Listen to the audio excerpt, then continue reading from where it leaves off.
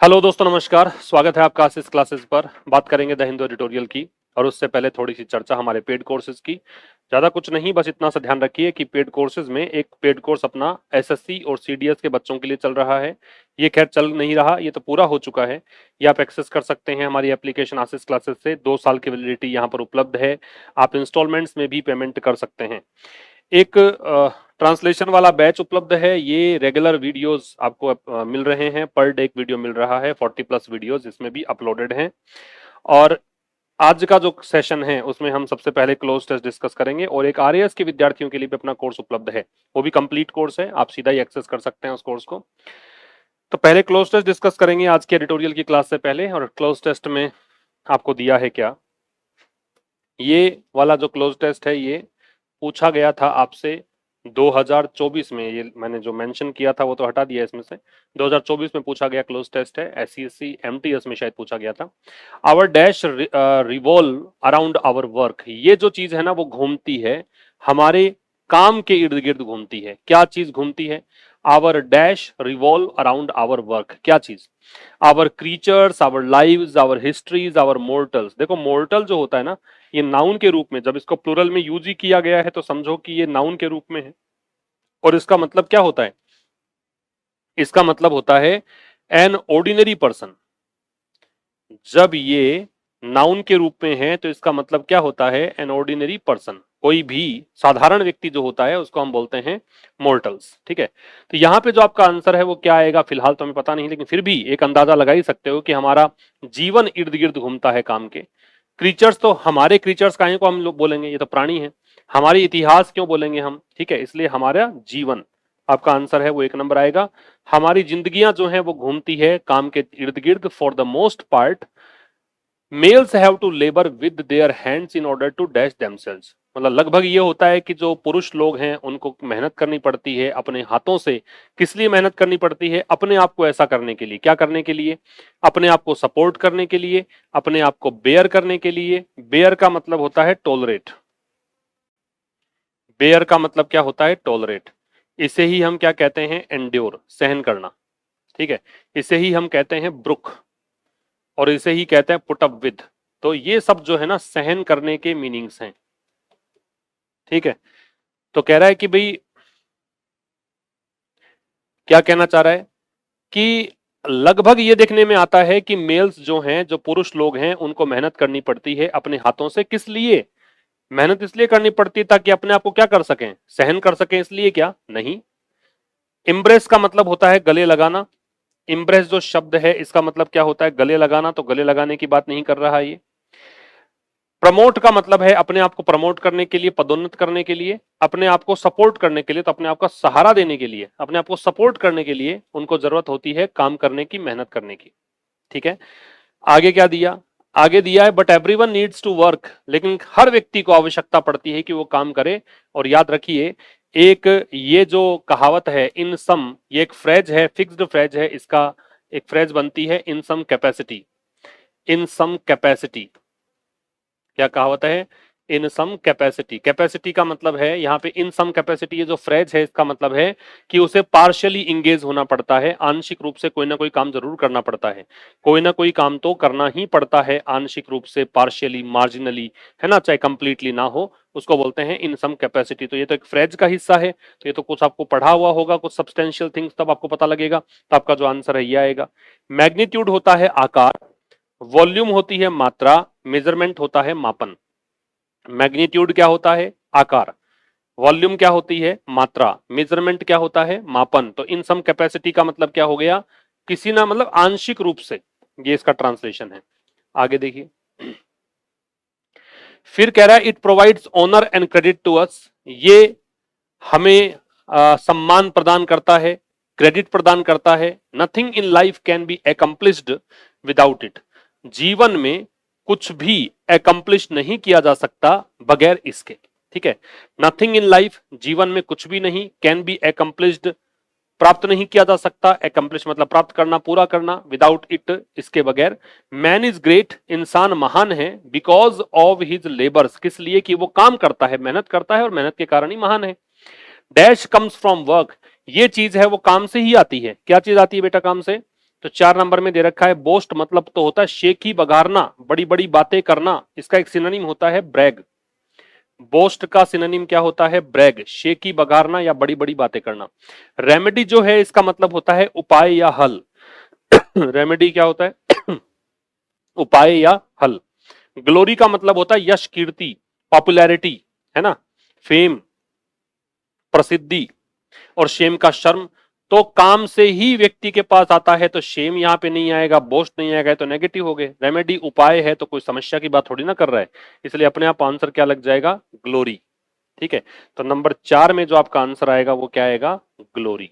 आगे देखो, man is great because of his labours, इंसान इसीलिए महान है ताकि क्योंकि वो काम करता है। डैश कम्स फ्रॉम वर्क, ये चीज जो है वो काम से ही आती है। The secret to success is this, यही सफलता का रहस्य है। Nobody can advance without labour, कोई भी व्यक्ति आगे नहीं बढ़ सकता बिना मेहनत के। It truly is the dash idea of existence, ये सच में एक अस्तित्व का विचार है। It is truly is the dash idea, कैसा आइडिया है ये एग्जिस्टेंस का? देखो एग्जेक्टिव चाहिए आपको। फंडामेंटल आइडिया, सेकेंडरी आइडिया, अप्रोर या डिमीन। अप्रोर तो वैसे भी वर्ब है, इसका मतलब शोरगुल या नाउन है। खैर, अप्रोर इसका मतलब होता है नॉइज, इसका मतलब होता है दिन, शोरगुल या कोलाहल को बोलते हैं। डिमीन का मतलब होता है एक प्रकार से नीचा दिखाना, ह्यूमिलिएट करना, इंसल्ट करना, ये वर्ब है। ठीक है, तो आपको चाहिए एडजेक्टिव और एडजेक्टिव में इन दोनों में से उपयुक्त कौन सा हो गया? तो द्वितीयक हो गया, तो ये हो गया मूलभूत रूप से। ठीक है, तो ये आपका आंसर आ जाएगा फंडामेंटल। तो क्या है यहाँ पे? It truly is the fundamental idea of existence, यही एक मौलिक विचार है किसका? अस्तित्व का। विदाउट इट, इसके बगैर life is even less meaningful, जीवन भी क्या है? कम मीनिंगफुल है, कम सार्थक है, इसका ज्यादा हम इंपॉर्टेंस नहीं है। तो ये था साहब आज के इस क्लोज टेस्ट में। अब चलिए बात करते हैं आज के एडिटोरियल की। एडिटोरियल हम पढ़े आज का, तो उसमें देखिए डिमांड डिस्ट्रेस नाम से एडिटोरियल है और फाइनेंशियल आर्टिकल है। तो कुछ टर्म्स जो होते हैं उन्हीं का ध्यान रखेंगे और 5 10 15 मेरे साथ ये पढ़ेंगे तो बहुत आसान आपको लगने लग जाएगा। ये डिमांड डिस्ट्रेस का मतलब है, डिमांड का मतलब होता है मांग, ठीक है, और ये डिस्ट्रेस जो है ये पीड़ा को बोलते हैं। तो ये आप एक प्रकार से इसको आप पेन कह सकते हो। डिमांड डिस्ट्रेस ये क्या है? पेन है, ये एफ्लिक्शन है, ये एंग्विश है, ये सफरिंग है, ये एग्नी है, पीड़ा या कष्ट। तो डिमांड डिस्ट्रेस का मतलब है मांग की पीड़ा। मार्केट में जो सप्लाई और डिमांड होती है तो वो डिमांड, उसका संकट, उसकी पीड़ा। किसको लेकर लिखा गया है? स्लो डाउन को लेकर। स्लो डाउन मतलब स्लंप, मंदी को लेकर। In the overall IIP, IIP जो है इंडेक्स ऑफ इंडस्ट्रियल प्रोडक्शन होती है। ये देखो यहां दे रखा है इंडेक्स ऑफ इंडस्ट्रियल प्रोडक्शन, इसकी शॉर्ट फॉर्म है आईआईपी। ठीक है, ओवरऑल का मतलब है टोटल या कंप्लीट। तो कह रहा है कि ये स्लो डाउन को लेकर लिखा गया है। पूरा जो आईआईपी है, पूरा जो ये एक इंडेक्स है इंडस्ट्रियल प्रोडक्शन की, इसको लेकर एडिटोरियल लिखा गया है। चलिए विस्तार से पढ़ते हैं। Rural demand might yet pickup during the festive season. Rural demand मतलब गांव की जो डिमांड है, ग्रामीण डिमांड है। माइट यट पिकअप, ये क्रिया है माइट पिकअप, यट इसने बीच में लगा दिया है। ठीक है, माइट यट का मतलब यहां पे ऐसा समझो कि इवन नाउ, अभी भी। इस माइट यट का मतलब बता रहा हूं, इवन नाउ का मतलब है इससे अभी भी। पिकअप का मतलब क्या है? पिकअप का मतलब है एक्सिलरेट करना, बाउंस बैक करना, रिकवर करना। पिकअप का मतलब है रिकवर या बाउंस बैक। तो कह रहा है कि फेस्टिवल सीजन के दौरान, ड्यूरिंग प्रपोजिशन है और प्रपोजिशन का ऑब्जेक्ट है सीजन, फेस्टिवल भी नाउन है, फेस्टिवल सीजन, त्योहारी जो मौसम है उसके दौरान रूरल डिमांड अभी भी रिकवर हो सकती है। ये ट्रांसलेशन है। माइट है वो रिमोट पॉसिबिलिटी बताता है, दूर की संभावना बताने के लिए काम आता है। तो रूरल डिमांड, गांव वाली जो डिमांड है, माइट यट पिकअप, ये अब भी पिकअप कर सकती है, रिकवर कर सकती है, बाउंस बैक कर सकती है। किस दौरान? फेस्टिवल सीजन के दौरान। क्लियर है साहब? आगे देखिए, the new financial year has gotten off to a relatively poor start. एक तो रिलेटिवली शब्द जो है इसका मतलब लिख लो कंपैरेटिवली। रिलेटिवली का मतलब है कंपैरेटिवली, मतलब है तुलनात्मक रूप से, ठीक है। और ये जो दे रखा है get off to a start दे रखा है, गेट ऑफ टू स्टार्ट, तो इसका ये एक फ्रेज होती है, get off to a good start, bad start, poor start. इसका मतलब होता है बिगिन होना, किस तरीके शुरू होना है, to begin with in a successful और अनसक्सेसफुल वे। इस get off a poor start का मतलब है, इस पूरी की कहानी बता रहा हूं, टू बिगिन विद, शुरुआत होना, इन अनसक्सेसफुल वे मतलब असफल तरीके से शुरुआत होना, अनसक्सेसफुल वे। ये get off to a good start, get off to a bad start एक फ्रेज होती है, इसका मतलब सही तरीके से शुरू होना या गलत तरीके से शुरू होना, अच्छे से शुरू होना या खराब तरीके से शुरू होना, ये इसका मतलब है। तो द न्यू फाइनेंशियल ईयर, जो नया वित्त वर्ष है, ये सब्जेक्ट हो गया आपका। ये नया वित्त वर्ष, इसकी शुरुआत बहुत खराब हुई है, यूं कहिए। हैज गोटन ऑफ, ये प्रेजेंट परफेक्ट है ना। इसकी शुरुआत खराब हुई है। व्हेन इट कम्स टू, ये व्हेन इट कम्स टू लिख लीजिएगा। व्हेन इट कम्स टू एक फ्रेज है जिसका मतलब है कि जब बात इसकी आती है। व्हेन इट कम्स टू मतलब जब बात आती है किसकी, इंडस्ट्रियल प्रोडक्शन की, औद्योगिक उत्पादन की।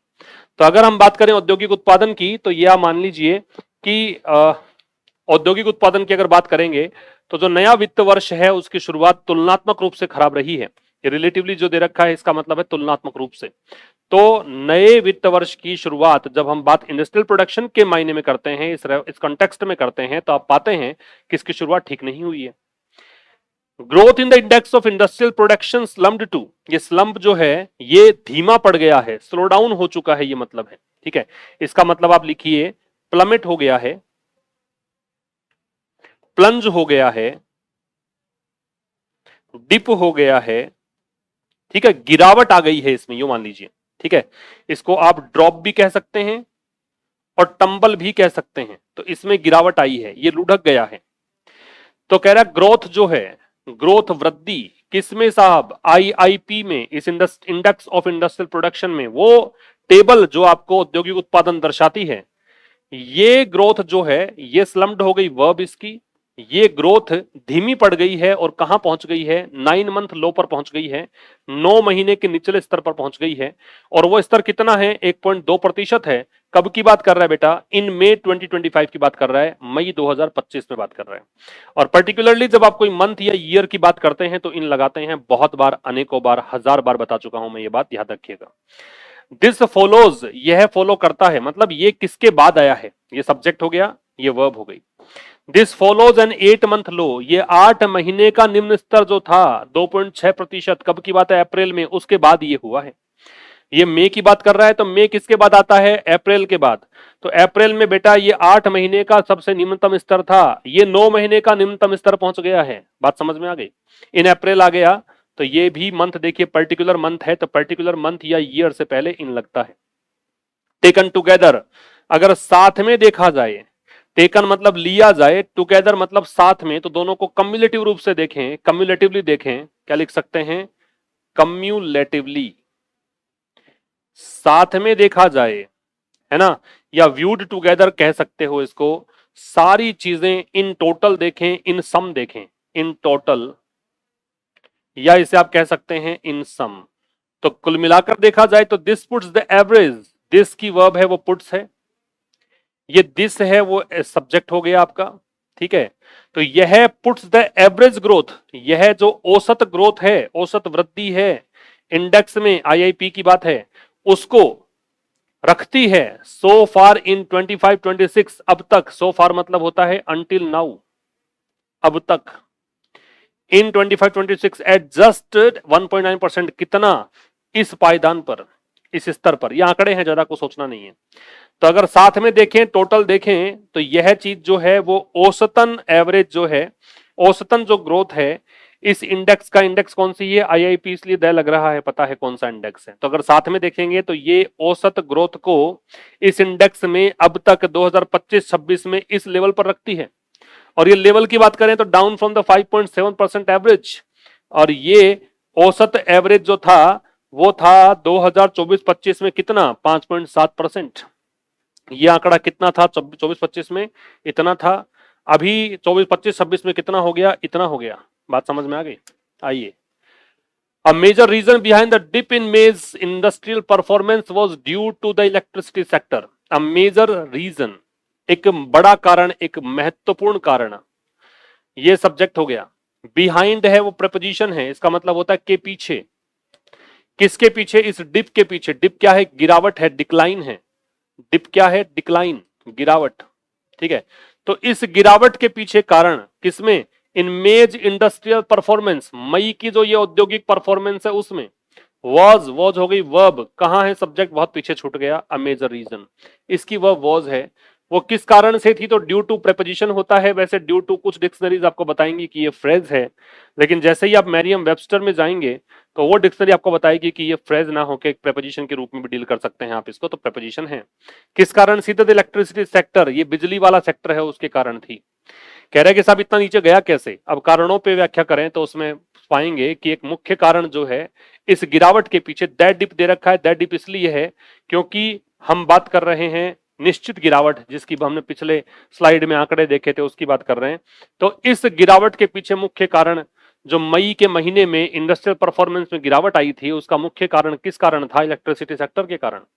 विच रिलेटिव प्रोनाउन है, ये किसके लिए आ रहा है? इलेक्ट्रिसिटी सेक्टर के लिए आ रहा है। ये सेक्टर कॉन्ट्रैक्ट हुआ। कॉन्ट्रैक्ट का मतलब होता है बेटा श्रिंक होना।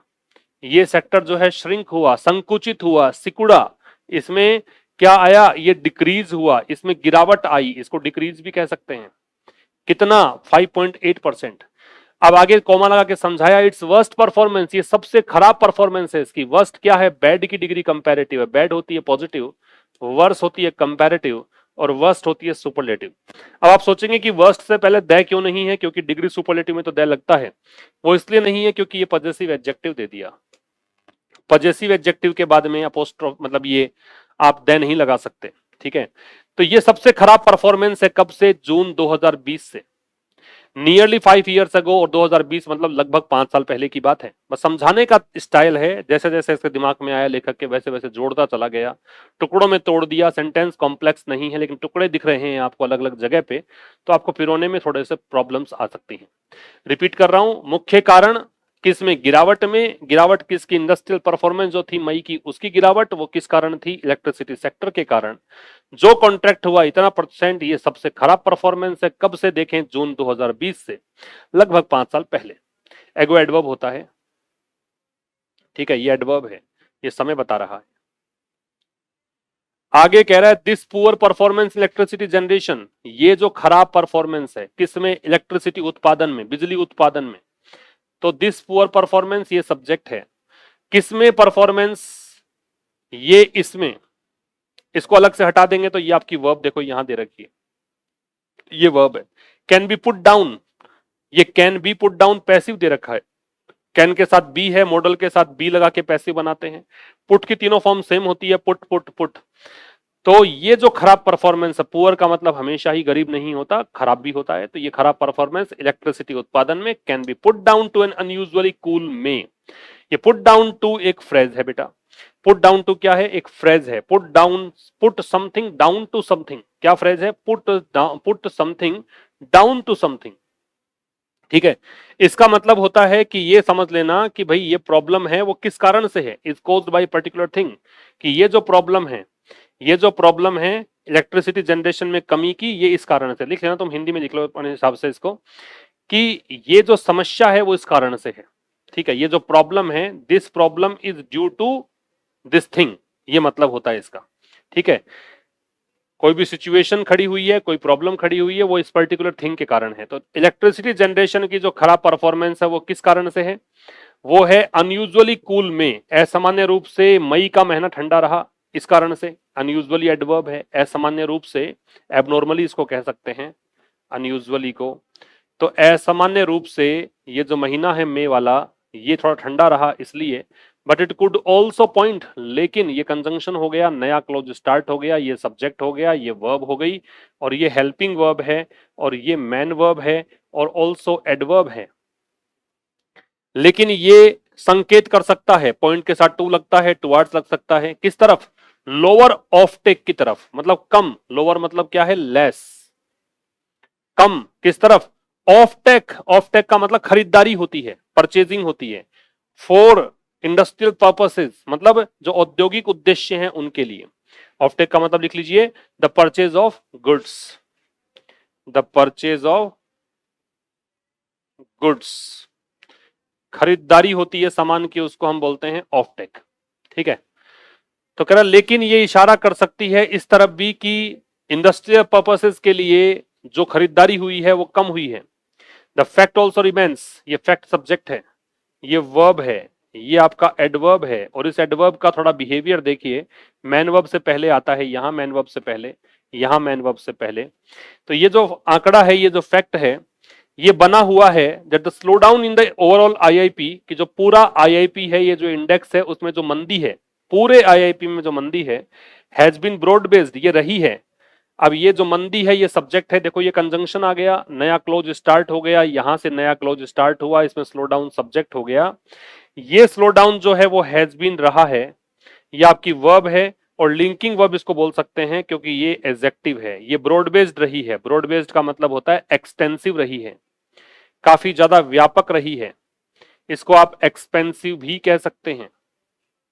ठीक है, ये काफी व्यापक रही है, एक्सटेंसिव कह सकते हो, एक्सपेंसिव कह सकते हो, वाइड रेंजिंग कह सकते हो। ये काफी व्यापक रही है, विस्तृत रही है। कैसे समझाया है डैश लगा के, सेवरल की सेक्टर्स, की का मतलब यहां पे इंपॉर्टेंट है, की का मतलब क्या है, इंपॉर्टेंट, अनेक महत्वपूर्ण क्षेत्र हैं। अब ये डैश समझाया, सेवरल है डिटर्मिनर है, इसके बाद नाउन प्लूरल आती है, तो प्लूरल नाउन दे रखी है सेक्टर्स, तो अनेक महत्वपूर्ण सेक्टर्स है, हैव ईदर कॉन्ट्रैक्टेड, वो या तो कॉन्ट्रैक्ट हो गए, संकुचित हो गए, और स्लोड शार्पली, या फिर मंद पड़ गए बहुत ही ज्यादा।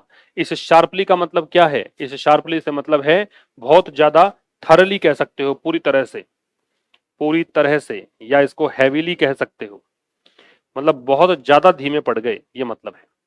ठीक है साहब, फैक्ट बना हुआ है, तथ्य रिमेन करता है, बना हुआ है कि स्लो डाउन जो है टोटल आईआईपी में वो काफी ज्यादा व्यापक है।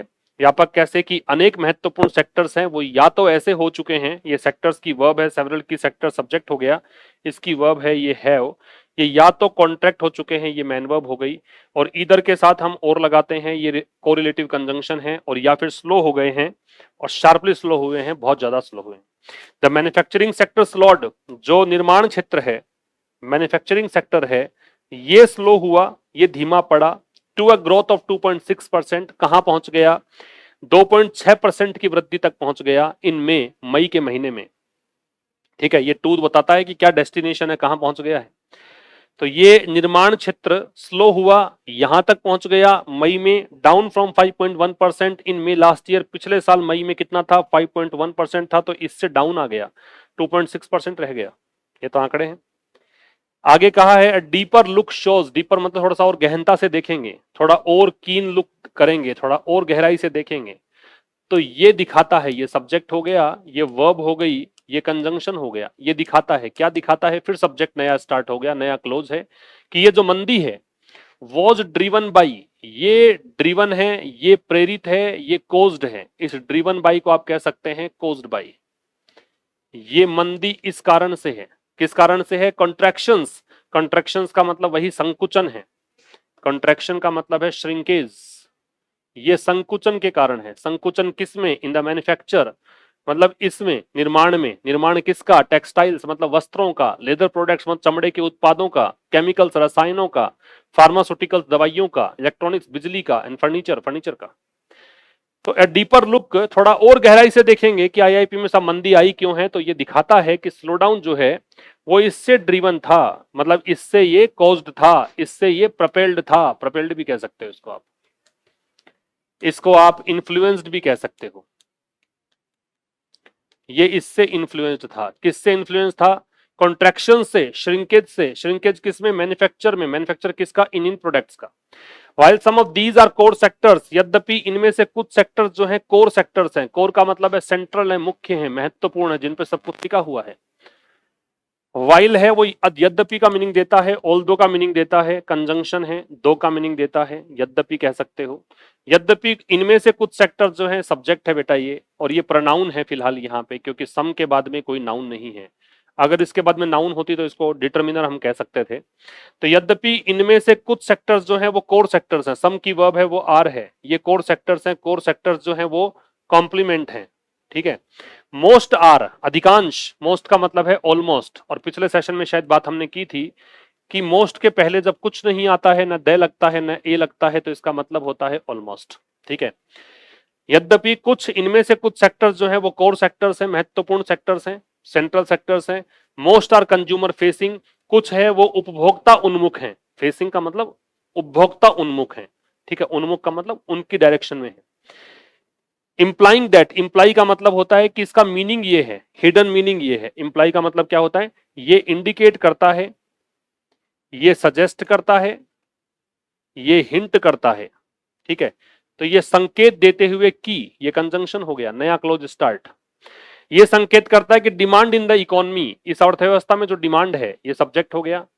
इज नॉट पिकिंग अप, ये डिमांड पिकअप नहीं कर रही, बाउंस बैक नहीं कर रही, आया था शुरू शुरू में ही, रिकवर नहीं कर रही, ठीक है। And may even be slackening further, और हो सकता है कि आगे चलकर, फर्दर मतलब और आगे, स्लैकन कर जाए। स्लैकन का मतलब है और ज्यादा धीमी पड़ जाए। स्लैकन जो शब्द है इसका मतलब क्या है, और ज्यादा ये स्लो डाउन कर जाए, ठीक है, ये स्लो डाउन कर जाए। डिसेलरेट कह सकते हो, एक्सेलरेट का ऑपोजिट। तो क्या कहा, हालांकि जो कुछ सेक्टर्स हैं वो कोर सेक्टर्स हैं, अधिकांश जो है कंज्यूमर फेसिंग है, ये दिखाते हुए कि डिमांड जो है इकोनॉमी में वो पिकअप नहीं कर रही है, और हो सकता है कि ये और ज्यादा आगे धीमी पड़ जाए। This is backed by, backed का मतलब है सपोर्टेड, सपोर्टेड, या इसको कह सकते हैं अपहेल्ड, होल्ड की थर्ड फॉर्म कर रहा हूं, या एंडोज्ड, सहारा देना, समर्थन देना। तो यह चीज जो है ये सब्जेक्ट हो गया, ये लिंकिंग वर्ब हो गई, ये एडजेक्टिव हो गया। ये चीज जो है वो बैक्ड है, सपोर्टेड है, किससे, फैक्ट से। इस फैक्ट से, फैक्ट क्या है कि consumer durables and non durable sectors. Consumer durables का मतलब ऐसा सामान जो हम बहुत लंबी अवधि के लिए खरीदते हैं, जैसे आपने ओवन खरीद लिया किचन के लिए, आपने रेफ्रिजरेटर खरीद लिया, एसी खरीद लिया, गाड़ी खरीद ली, बाइक खरीद ली, ये सब हैं कंज्यूमर ड्यूरेबल्स। नॉन ड्यूरेबल मतलब तो बहुत कम समय के लिए टिकाऊ हो, जैसे टूथपेस्ट खरीदा, हेयर ऑयल खरीद लिया, साबुन खरीद ली, ठीक है, ये होते हैं कंज्यूमर नॉन ड्यूरेबल्स। जो ड्यूरेबल्स हैं वो टिकाऊ होते हैं, नॉन ड्यूरेबल्स वो हमें कम समय के लिए ही खरीदते हैं, है ना, वो बाद में फिर से लाना पड़ता है हमें। तो ये जो चीज है ये बैक्ड है, सपोर्टेड है इस फैक्ट से कि कंज्यूमर ड्यूरेबल्स और नॉन ड्यूरेबल सेक्टर्स जो हैं सिमल्टेनियसली, मतलब है टुगेदर, साथ साथ में। इसकी स्पेलिंग काम की है, ये किसी परीक्षा में स्पेलिंग पूछी जा सकती है। ये साथ साथ में कॉन्ट्रैक्ट हुए, संकुचित हुए फॉर द फर्स्ट टाइम, पहली बार सिंस नवंबर 2023, नवंबर 2000 से लेकर पहली बार ऐसा हुआ है कि ये सेक्टर जो हैं साथ साथ में कॉन्ट्रैक्ट हुए हैं। तो ये बात जो है वो इस फैक्ट से सपोर्टेड है, इस फैक्ट से ये बात और ज्यादा प्रबल हो जाती है कि कंज्यूमर ड्यूरेबल्स और नॉन ड्यूरेबल दोनों सेक्टर्स जो हैं वो साथ साथ में कॉन्ट्रैक्ट हुए हैं, संकुचित हुए हैं, इनमें कमी आई है पहली बार सिंस नवंबर 2023, मतलब नवंबर 2023 से। तो ये था आज के इस एडिटोरियल में। मुलाकात होगी अब कल एक नए सेशन के साथ, तब तक के लिए नमस्कार, थैंक यू वेरी मच।